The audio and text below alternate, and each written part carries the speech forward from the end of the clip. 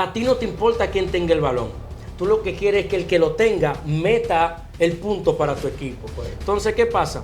Que a diferencia del baloncesto, que si por ejemplo LeBron que tiene el balón, todos los demás quieren que LeBron meta el punto, porque el punto no vale solo para LeBron, vale para el equipo entero. Perfecto. Pero cuando tú no entiendes eso y tú ves que otro tiene el balón y tú dices, ojalá y la falle, porque no soy yo que estoy tirando. Wow. Eso pasa mucho en el cristianismo. Cuando hay otra persona ministrando y tú ves que Dios lo está usando o que lo está haciendo bien, tú dices, hay gente que cuando le envidia, hay que la envidia lo arropa, entonces yo lo puedo hacer mejor, yo también lo puedo hacer, yo lo hacía mejor que él. Entonces cuando tú le preguntas, ¿tú viste a fulano ministrando? ¿Tú viste cómo Dios lo usó? Sí, pero varón, siempre le buscan un pero, siempre hay una falta, siempre hay algo negativo que decir, pero tú no estás viendo que fulano no es el objetivo. El objetivo es el equipo que debe seguir anotando contra el equipo contrario, que es el pecado, que es el enemigo. Entonces, al no ver eso desde esa perspectiva, que cuando tú predicas, tú representas al reino, que cuando tú ministras en representación del reino, y yo debo apoyar todo lo que Dios está haciendo a través de ti. Cuando no lo vemos así y vemos como una competencia, como que si fulano lo está haciendo, yo lo quiero hacer mejor, porque también Dios me usa a mí, entonces ahí es donde fallamos, y lo que Cristo dijo alguna vez.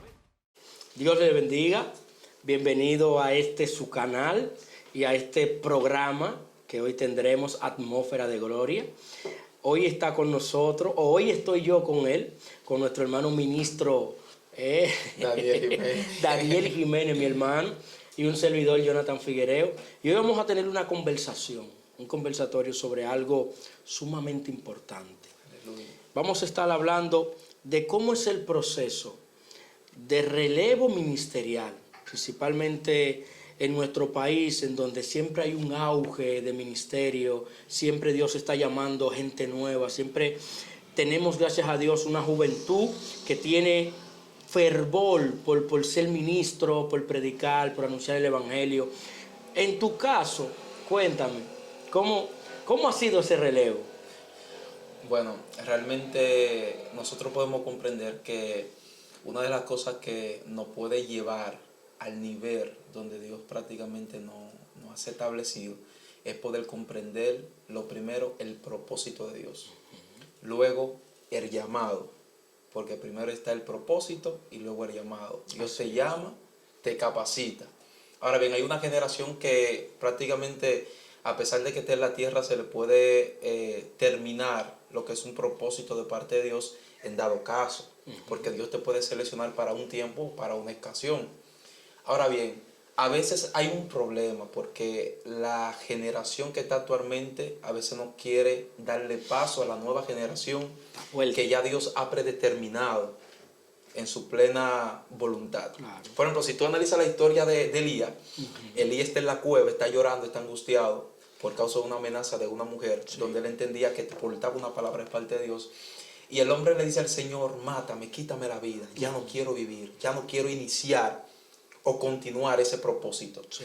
Pero Dios le dice, yo no te voy a matar, yo no te voy a matar. Yo quiero traspasar o hacer una transición de lo que tú tienes a otra persona. Entonces hay gente que realmente quieren pasar, pero no hay una persona capacitada.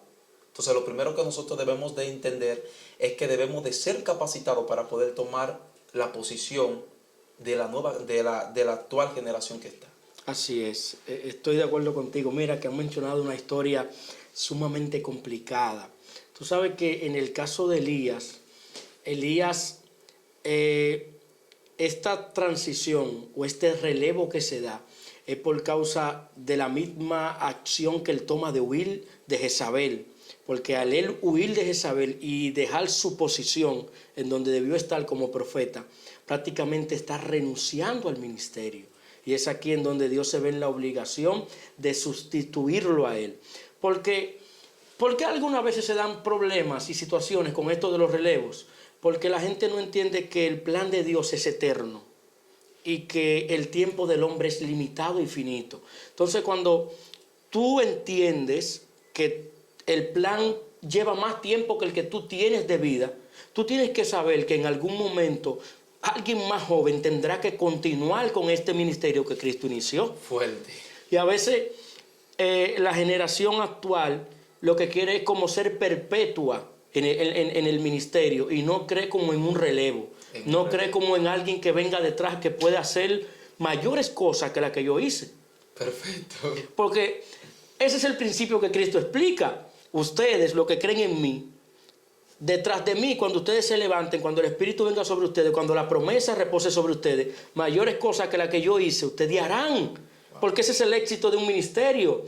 Que luego de tú haber hecho tantas cosas, el que tú puedas instruir, te puedas superar. Porque aún tú superándome, tú demuestras que yo fui un buen maestro. Wow, Y a veces ahí hay como un asunto entre Elías y esta generación que es muy fuerte. Y sabes que hay personas que tienen una problemática hoy en día. Y es que ellos tuvieron un ministerio, tuvieron un tiempo de gloria, donde Dios pudo manifestar su propósito en un tiempo con ellos. Pero al ellos ver esta nueva generación, ellos quieren demostrarle a la nueva generación lo que ellos eran en el pasado. Así es. Pero lo que ellos no han comprendido que prácticamente fue el tiempo donde Dios lo había establecido y fue el tiempo que Dios lo había limitado. Pero ellos quieren realmente seguir por causa de ser exhibidos por la nueva generación actual. Y cuando nosotros a veces no entendemos de que llegó nuestro tiempo, o que hay que pasarle espacio a otra persona, hay que pasar la antorcha. Es imposible. Y mira, te voy a decir algo, hay personas que realmente entienden que llegó su tiempo, pero al final realmente no ha llegado. Hay muchas personas que tratan de romper el propósito de Dios por causa del pecado. Dios te tiene a las alturas, pero hay gente que no sabe mantenerse a las alturas. Hay gente que están en un momento de gloria, pero han corrompido su relación con Dios. Y Dios necesita a alguien que tenga la capacidad de tomar ese lugar. Eso es así. Hay gente que Dios quiere quitarlo. Hay gente que Dios quiere quitar el propósito de él sobre ellos por causa de que se han corrompido, pero Dios no puede quitarlo porque no hay nadie capacitado para tomar ese lugar. Eso es así. Entonces, para que la actual generación suelte y le dé paso a la nueva generación, necesitamos una nueva generación que esté capacitada para tomar ese lugar. Estoy de acuerdo, pero sabe que recuerdo una historia bíblica que es la historia del rey Ezequías. Es un rey que Dios manda al profeta Elías y le dice: mira, ya tu tiempo de reinado y de vida terminó. Ya tu ministerio, tu asignación terminó. Prepara tu casa, prepara el reino, que ya te tocó la hora. Y este hombre siente que todavía él debería continuar en el ministerio. Entonces clama a Dios y le dice: dame tiempo. Porque nadie quiere, porque el asunto es que nadie quiere soltar la antorcha. Entonces, luego que Dios le regala 15 años más de vida, el hombre en esos 15 años pierde la brújula. Entonces el favor de Dios lo abandona. Y viene vergüenza sobre él y su reino, porque Nabucodonosor trae yugo sobre Israel. Y siempre recordaré algo que escuché alguna vez: muere siendo un siervo de Dios, muere a tu tiempo siendo un siervo de Dios, o vive más tiempo para convertirte en una desgracia.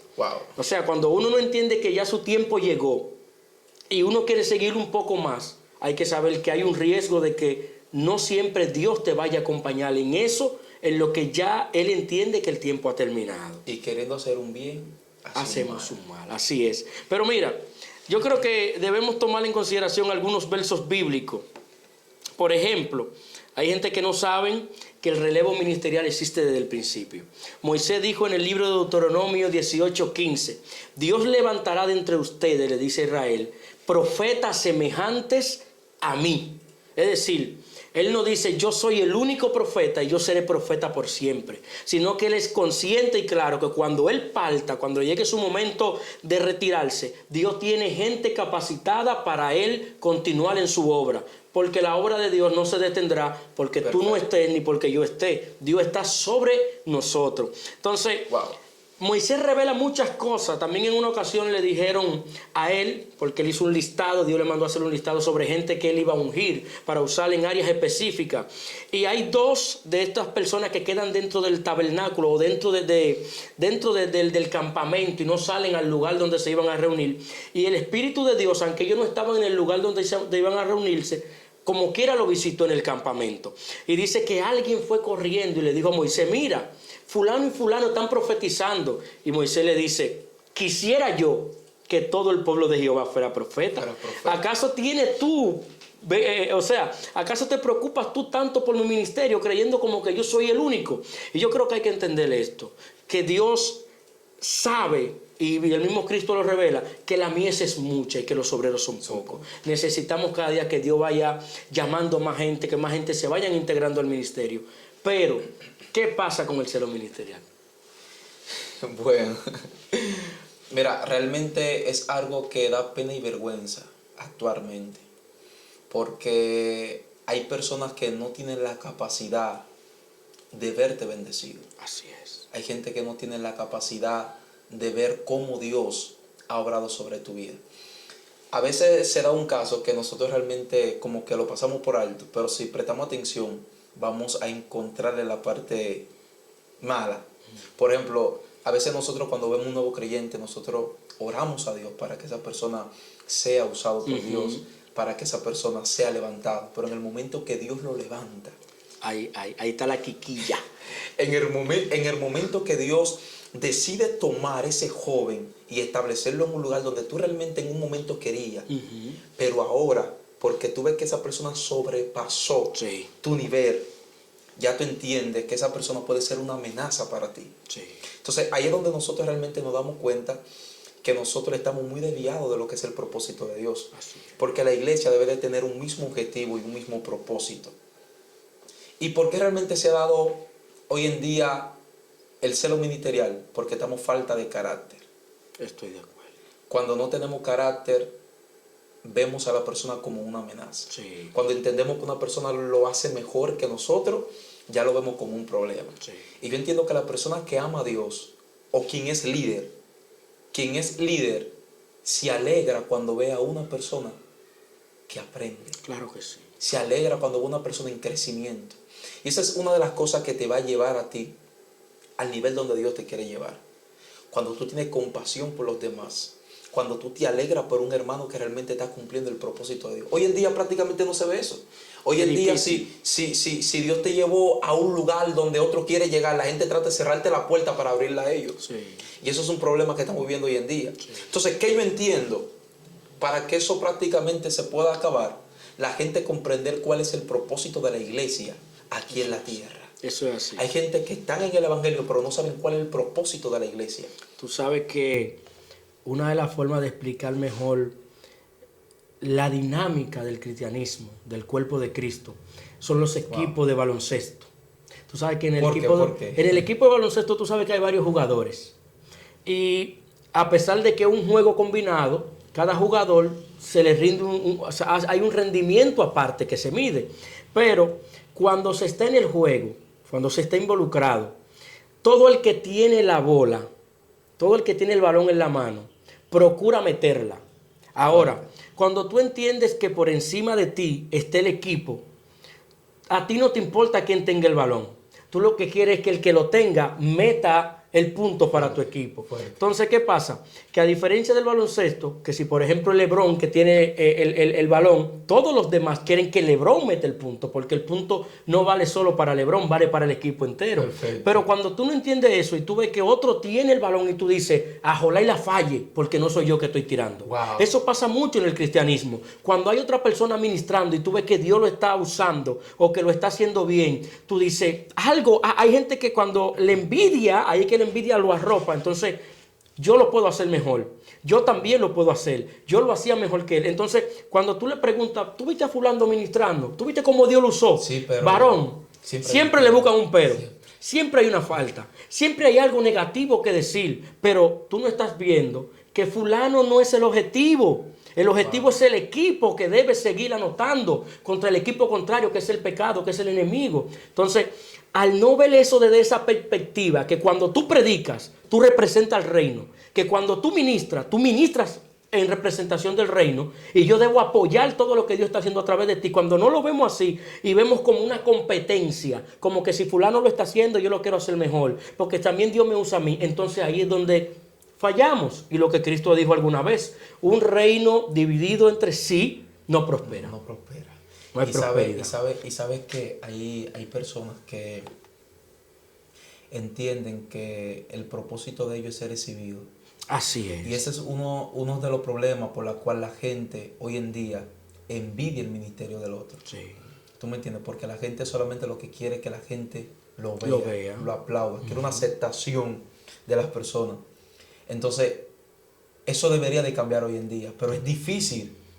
Es difícil. Porque si hay un ejemplo o de una persona que esté en el mismo camino, van a haber muchas personas que se van a ir prácticamente por ese mismo camino. Sí, es cierto. Entonces, es un problema que realmente nosotros debemos de organizarlo. Sí, claro que sí. Porque necesitamos hoy en día, profeta, que se levante una generación que entienda que el único objetivo por el cual estamos aquí es salvar a otro. Sí.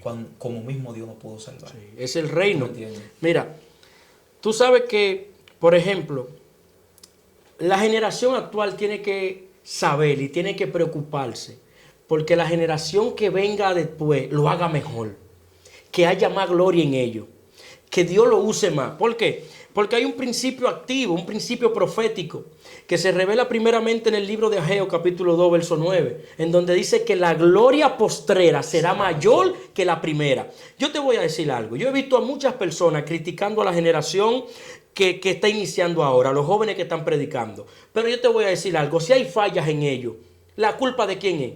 De la generación pasada que no lo educó de manera correcta. O sea, no vamos a generalizar y decir que todo el que está fallando hoy o todo el que no lo está haciendo como debería es culpa de la generación pasada. Pero hay un porcentaje que es responsabilidad tuya. Por ejemplo, en mi caso, si mi hijo tiene una mala conducta, es posible que él tenga un asunto de que él no escuche lo que yo le estoy enseñando, pero hay un % de responsabilidad en mí de que él se comporte de manera correcta porque yo soy su padre. Entonces, yo creo que la generación pasada o la generación que ya está siendo relevada, en vez de preocuparse por señalar los errores que están haciendo los que están iniciando ahora, deben tratar de acercárseles para encaminarlo por el camino correcto. Si tú ves que yo como ministro no estoy ministrando como debería, no me critiques. No. Acércate a mí y dime, hijo, yo tengo más tiempo que tú, tengo más experticia, tengo más experiencia. De esta manera es más correcta. ¿Por qué te digo esto? Porque hay en la Biblia dos situaciones que revelan la realidad que vivimos hoy. Hay dos historias en la Biblia que revelan lo que está pasando actualmente. ¿Cuáles son? La primera historia la encontramos en el libro de Samuel, cuando Dios llama a Samuel, estando Samuel a punto de dormir en el templo. Dice que a la primera y segunda voz de Dios a Samuel, Samuel recurre a Elí. Y dice que a la tercera voz, Samuel cuando recurre nuevamente a Elí, Elí le da la directriz. Elí le dice lo que debe hacer para comunicarse con Dios. Primero le revela, ese es Dios quien te está hablando. En mi caso a mí me pasó algo muy parecido. Cuando Dios comenzó a tratar conmigo, yo no entendía mucho. Yo pensaba que eran ideas de mi mente. Y yo me acerqué a mi pastor y le dije, mire, me ha pasado esto. Y mi pastor me dijo, Dios te está hablando. Pues yo era prácticamente nuevo creyente, yo era muy nuevo y Dios comenzó a tratar conmigo así. Entonces, en esa tercera ocasión, Él le dice, primero es Dios quien te está hablando y segundo le dice, respóndele de tal manera para que Él se siga comunicando contigo. O sea, hay una generación nueva que recurre a la generación antigua, a la generación saliente, buscando que lo orienten, buscando consejería, buscando que se le enseñe, que se le instruya. Y hay una generación antigua que está ahí dispuesta a instruir, a decirle, esto se hace de esta manera, esto es lo correcto, esto es lo más conveniente. Pero también hay otra historia bíblica que se encuentra en el libro de Reyes, que es la historia bíblica del profeta joven y del profeta viejo.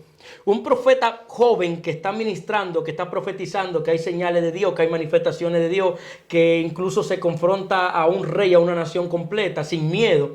Pero hay otro profeta que ya su tiempo había pasado, que al escuchar que había una generación profética nueva, sintió celo.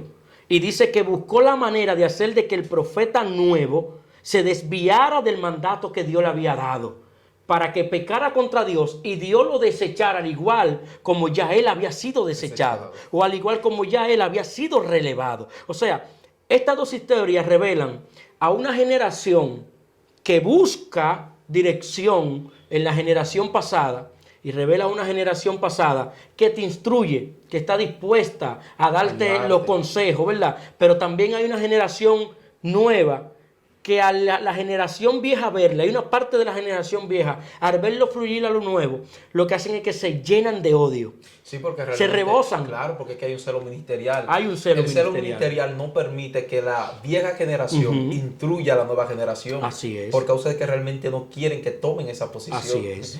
Entonces, tú sabes que hay otra historia que también sería bueno tocarla ahora mismo, porque no solamente podemos decir que la vieja generación tiene mala práctica en cuanto a la nueva, que no ayudan a los nuevos, que no le dan consejería, que no le dan acompañamiento, que no le dan seguimiento. También hay un problema, y es que lo que nosotros vemos también en el libro de Reyes. Nosotros vemos en el libro de Reyes, en el primer libro de Reyes, vemos la historia de Roboán, el hijo de Salomón.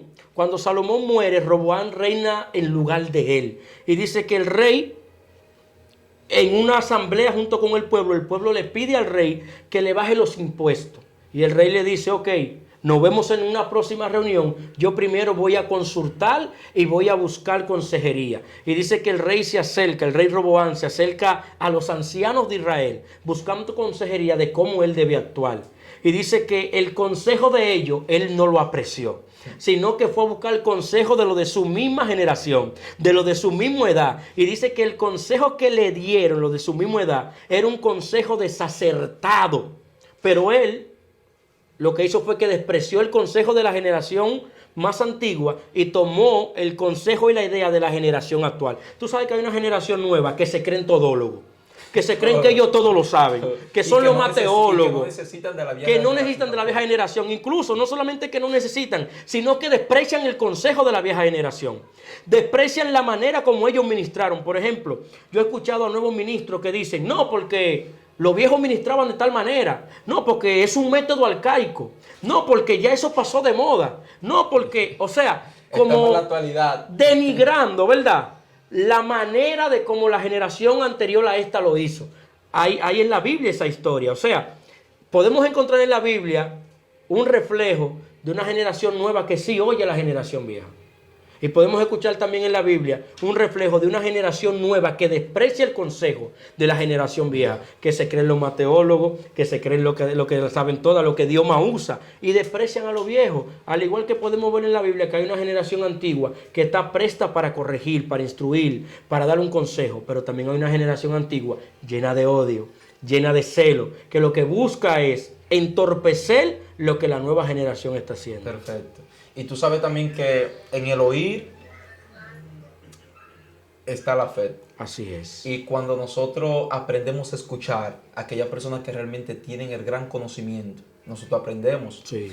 Porque hay una generación también que no le gusta escuchar el consejo de aquellas personas que ya tuvieron una experiencia. Así es. Ahora, cuando uno escucha y presta atención a esos consejos, nosotros nos hacemos más sabios. Oh, claro que sí. Y hay una generación también que, a pesar de que hay que pasarle, también necesita aprender a escuchar. Claro que sí. Porque si yo pasé por tal camino y yo sé todos los trompiezos que yo pude dar, yo sé todas las personas que pasaron por